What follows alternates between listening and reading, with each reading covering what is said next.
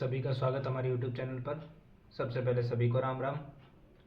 आज हम class 10th का मॉडल पेपर नंबर 8 जो है उसे हल कर रहे हैं। खंड से सवाल नंबर 14, सवाल नंबर 15 नंबर सवाल में हमें दिया गया है बिंदु है ए और बी जिनके निर्देशांक हमारे सामने हैं। इसको जोड़ने वाला एक रेखाखंड है। तो सबसे पहले हम बना लेते हैं एक रेखाखंड, ए बिंदु बी बिंदु। अब हमें ये बताया जा रहा है कि इस रेखाखंड को समत्रिभाजित करना है। देखिए समत्रिभाजित, ये प्रश्नावली एक तो 7 का सवाल है और समत्रिभाजित सुन के हम समझते हैं कि 3 बिंदु आएंगे। ऐसा कुछ नहीं है। समत्रिभाजित, सम का मतलब एक तो बराबर टुकड़े होंगे और त्रिभाजित का मतलब है 3 बराबर टुकड़े होंगे। तो 3 बराबर टुकड़ा जैसे मान लीजिए एक हो गया, ये दूसरा हो गया और ये तीसरा हो गया। तो बिंदु तो 2 ही आए। ए बी हमारे पास है, हमने मान लिया सी और डी बिंदु आ गए। ठीक है। ए के और बी के निर्देशांक तो हमें दिए गए थे। हमें ये जो बीच में सी और डी आ रहे हैं ना, इन बिंदुओं के निर्देशांक ज्ञात करके बताने हैं। देखिए सबसे पहले इसके लिए हमें क्या करना है, एक एक बिंदु लेना होगा। जैसे मान लीजिए रेखाखंड हम ले लेते हैं वापस से, ये ए हो गया, ये बी हो गया, सी है इस तरफ ही। और हमें एक चीज ध्यान रखिए, बराबर टुकड़े हैं। बराबर का मतलब आप समझते हो, जैसे ए से सी तक का एक टुकड़ा है, सी से डी तक का एक टुकड़ा है और डी से बी तक का एक टुकड़ा है। तो बराबर 1 2 3, 3 बराबर टुकड़े हो गए हैं। ठीक है। तो अगर हम पहले सी बिंदु लेते हैं, हम यहाँ पे लिखते हैं कि बिंदु सी के निर्देशांक हम निकालेंगे। हमें एक एक बिंदु के निकालने होंगे। तो बिंदु सी के निर्देशांक अब देखिए कैसे निकलेंगे। सबसे पहले तो हमें ए और बी के निर्देशांक पता है, तो लिख लीजिए 2 और -2, -7 और 4। देखिए ये x1 y1 x2 y2 है जो आपके आगे काम आने वाले हैं। इनके बारे में आपको पहले से ही पता है कि x1 कौन सा होता है, y1 कौन सा होता है, x2 और y2 कौन सा होता है। c के निर्देशांक तो हमें निकालने हैं, लेकिन c a से c का अनुपात हमें पता है कितना है 1, और c से लेके b तक का कितना है 1 और 1 2, यानी c से b तक का अनुपात कितना आ रहा है 2। अगर अनुपात हमें पता चल गया तो हम फॉर्मूला अनुपात वाले लगा देंगे। तो हम यहाँ पे लगा देते हैं m1 गुणा में x2 प्लस m2 गुणा में x1 और बट्टे में दोनों का जोड़। ये होता है अनुपात का फॉर्मूला। ये x के लिए भी होगा और y के लिए भी होगा। m1 गुणा में, सिर्फ यहाँ पे ध्यान रखिएगा, जहाँ जहाँ पे x है वहाँ वहाँ पे y आ जाएगा। जैसे x2 था तो वहाँ पे y2 आ जाएगा। बाकी m1 m2 अपनी जगह ही रहेंगे। साथ में x1 है तो वहाँ पे y1 आ जाएगा और भाग में दोनों का जोड़। फॉर्मूला यही चलेगा अनुपात का। तो देखिए m1 अनुपात पहले वाला होता है m1 और दूसरे वाला होता है m2।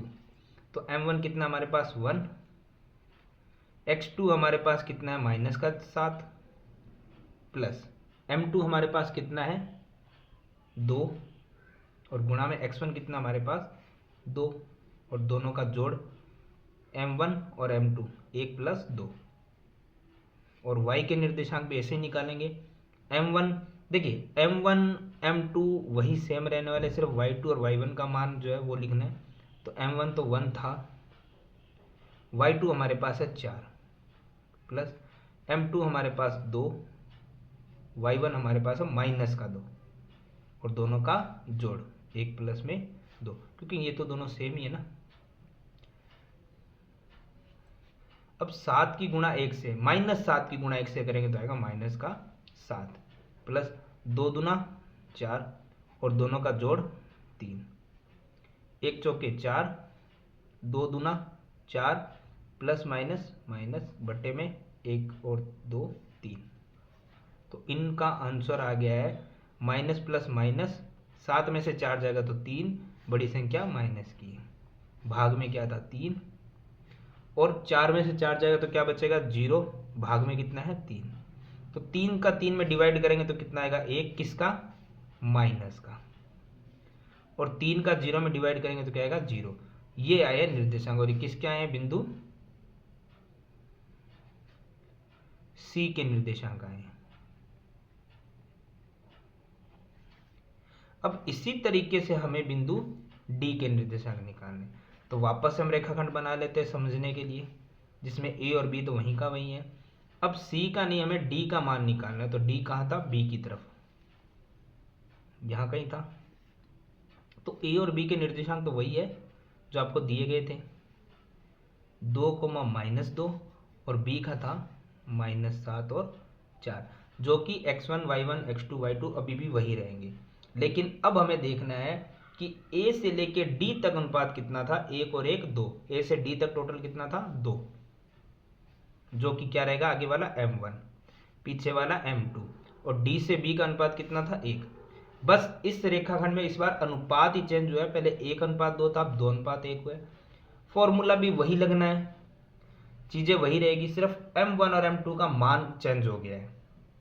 तो अब बिंदु हम कौन सा निकाल रहे हैं, सी, बिंदु सॉरी डी, तो डी के निर्देशांक, तो जैसे मैंने अभी बताया था आपको, फॉर्मूला अनुपात वाला वही रहेगा, जो आप वापस से लगा देंगे, मैं आपको आगे समझा रहा हूँ। तो फॉर्मूला वही रहेगा, तो m1, बट m1 इस बार कितना है 2, साथ में क्या आता है x2 कितना हमारे पास -7 प्लस, फिर m2 कितना हमारे पास 1, और उसके बाद है x1 कितना हमारे पास 2, बट्टे में दोनों का जोड़, और दोनों का जोड़ है 2 + 1। इसी प्रकार y में भी सबसे पहले आएगा m1 है 2, फिर है y2 कितना रहेगा हमारे पास 4 प्लस, फिर m1 आएगा, फिर m2 आएगा, m2 कितना है 1, और उसके साथ आएगा y1 कितना हमारे पास -2, और दोनों का जोड़, तो दोनों का जोड़ है 2 + 1। आगे हम देखते हैं, -7 की गुणा 2 से करने में कितना आएगा 14, किसका, माइनस का, फिर है प्लस 2 एकम 2, भाग में दोनों का जोड़ 3, ये 2 चौके 8, 1 दूना 2, और प्लस माइनस माइनस, भाग में कितना है 3। तो ध्यान से हम देखेंगे यहाँ पर माइनस प्लस माइनस, 14 में से 2 जाएंगे तो बचेगा 12, किसका, बड़ी संख्या माइनस की, बट्टे में 3, और 8 में से 2 जाएगा तो बचेगा 6, भाग में कितना है 3। इसको हम अगर हल करेंगे तो 3 से 12 जाएगा 4 बार, और बड़ी माइनस का माइनस, 3 से 6 जाएगा 2 बार। अब ये आया बिंदु हमारे डी के निर्देशांक, बिंदु डी के निर्देशांक, तो कितने आ गए हैं -4, 2। हमसे यही पूछा गया था, जो बीच में बिंदु आ रहे समत्रिभाजित करने वाले सी और डी, उसके अनुपात बताने थे, वो अनुपात हमने बता दिए हैं। ये रहा बिंदु सी का निर्देशांक यहाँ पर, और ये रहा बिंदु डी के निर्देशांक। अब इसी में हमें दिया गया अथवा में दूसरा प्रश्न, ये भी प्रश्नावली 7 से ही है। इसमें हमें दिया गया बिंदु है, कुछ नाम नहीं दिए गए, अपनी मर्जी से ए और बी भी ले सकते, कुछ भी ले सकते। तो ये भी एक क्या है, रेखाखंड है, ए और बी, कुछ भी नाम दे दीजिए, जिसके निर्देशांक है 1, -5 और -4 और 5। ये दोनों बिंदु ए और बी हमने ले लिए। इनको जोड़ने वाला रेखाखंड है जो एक्स अक्ष किसी अनुपात में विभाजित करता है। देखो बीच में कोई बिंदु है, ठीक है ना, जो हमें पता नहीं, हम कुछ भी ले सकते हैं, ए बी सी दे दीजिए नाम।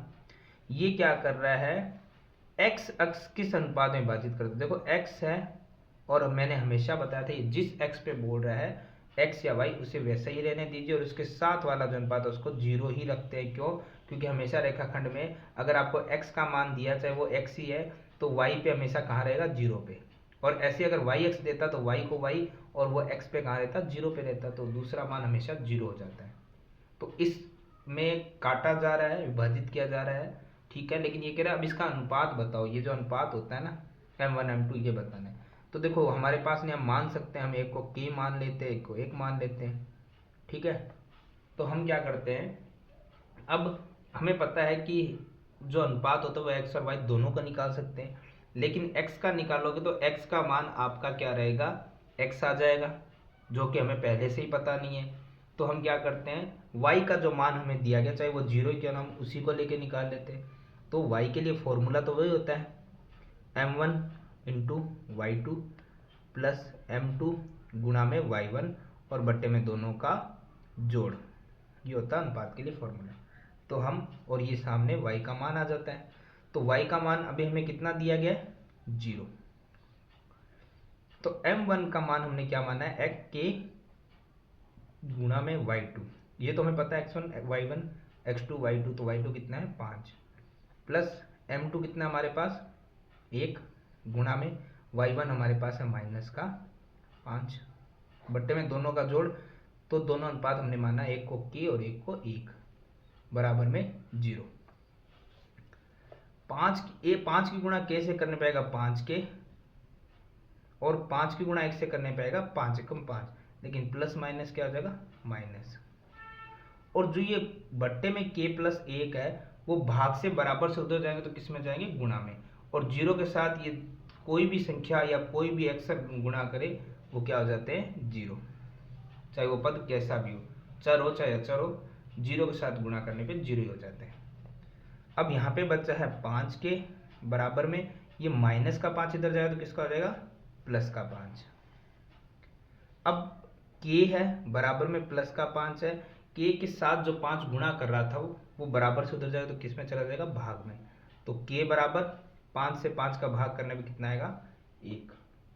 तो अनुपात हमने क्या लिया था, k की जगह क्या आ जाएगा 1, और दूसरा क्या था 1। तो अनुपात आने वाला अभिष्ट अनुपात है 1:1। हमसे बस ये अनुपात ही पूछा गया था, तो हमारा सवाल यहाँ पे होता है कंप्लीट।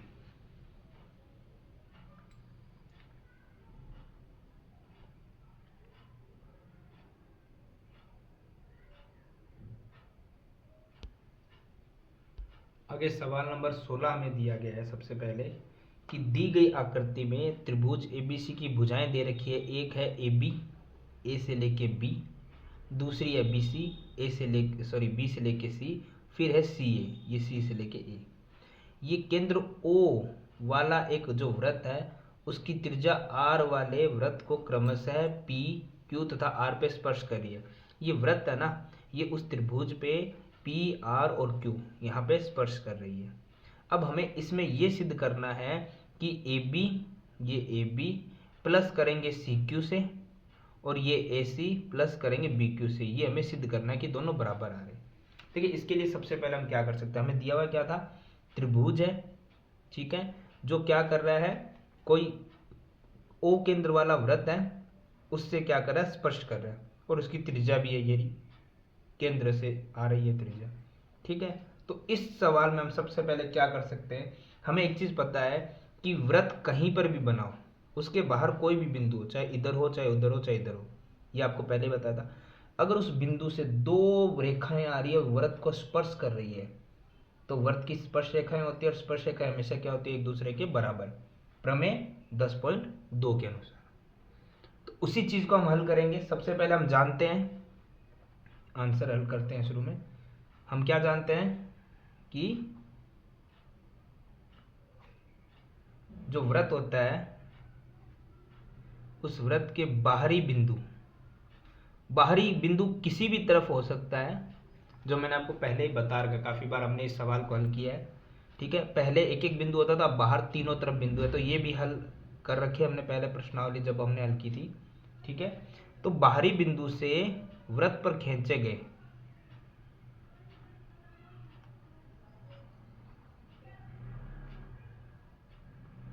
स्पर्श रेखाएं हमेशा क्या होती है, बराबर। और इसके बारे में आपको ज़्यादा जानकारी चाहिए तो आप प्रमेय 10.2 लिख सकते हैं।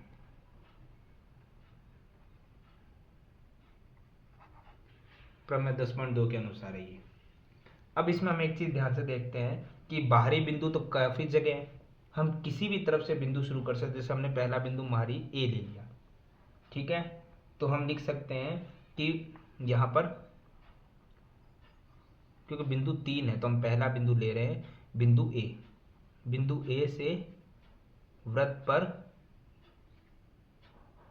खींची स्पर्श रेखाएं। कौन सी है वृत्त पर, ए से खींची गई वृत्त पर स्पर्श रेखाएं, एक है ए से पी, एक है ए से आर, ये दोनों वृत्त पे स्पर्श रेखाएं हैं, ठीक है, क्योंकि स्पर्श कर रहे हैं ना, तो ये स्पर्श रेखाएं होगी। तो हम लिख सकते हैं ए से लेके पी बराबर है ए से लेके आर के। ये हमारी पहली समीकरण बन गई।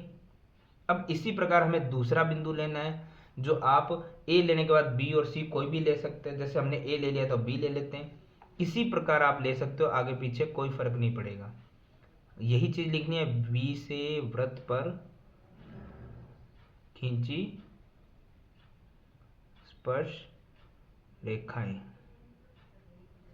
देखिए बी बिंदु ये रहा, बी से आप ध्यान से देखोगे तो बी से एक स्पर्श रेखा जा रही है वृत्त पे पी, एक जा रही है बी से लेके क्यू, यानी बीपी बी क्यू दोनों क्या है, बराबर है।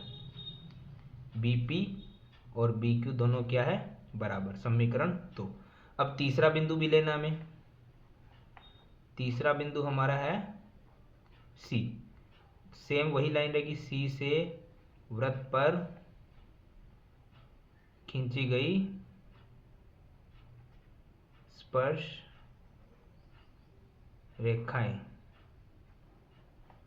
सी बिंदु ये रहा, सी बिंदु स्पर्श रेखा जा रही है, एक सी से क्यू, एक सी से आर, सी से क्यू, सी से आर, समीकरण नंबर 3।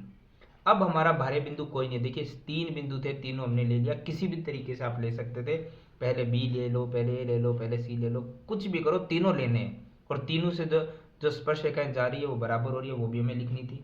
क्यों हो रही है हमने पहले ही बता चुके हैं, ठीक है। अब हमें क्या करना है, इन्हीं समीकरणों को, समीकरण 1, 2 व 3 को जोड़ने पर, जोड़ क्यों रहे हैं, क्योंकि हमें जो सिद्ध करना है उसमें प्लस का साइन आ रहा है, तो हम इन सबको जोड़ेंगे, शायद ये प्लस आ जाए। अगर यहाँ माइनस होता तो हम घटा देते, या कुछ और होता तो हम बाद में वो चीज़ें सोचते, लेकिन जोड़ इसलिए रहे क्योंकि अभी हमारे यहाँ पे सिद्ध करना जो हमें करना उसमें प्लस आ रहा है, ठीक है। अब हम कैसे करेंगे, आइए वो समझ लेते हैं। बराबर से इधर वालों को इधर प्लस कर देते हैं, एपी प्लस में बीपी प्लस में सीक्यू, और इधर वालों को उधर प्लस कर देते हैं, ए आर प्लस में बी क्यू प्लस में सी आर। अब ध्यान से देखते हैं हम कि हमारे पास सबसे पहले हमें सिद्ध करना था ए बी, और ए बी कहाँ बन रहा है, ए बी भुजा ये रही, और हमारे पास अभी है ए पी ये वाला भाग और बी पी ये वाला भाग, और दोनों प्लस हो रहे हैं। ए पी और बी पी को जोड़ेंगे तो दोनों क्या बन जाएंगे, ये दोनों ए पी। और सी क्यू अब किसी के साथ जुड़ नहीं सकता, और वैसे हमें जोड़ने की आवश्यकता भी नहीं है, हमें यही सिद्ध करना है, तो हम इसको ऐसे ही रखेंगे बराबर में। अब देखेंगे हम ए आर हमारा ये रहा भाग। दूसरा बी क्यू तो हमें सिद्ध करना है, वैसे का वैसे ही रखना है, तो हम उसको वैसे ही रख देते हैं बी क्यू को, इसमें कोई बदलाव नहीं करेंगे। दूसरा भाग है सी आर ये रहा।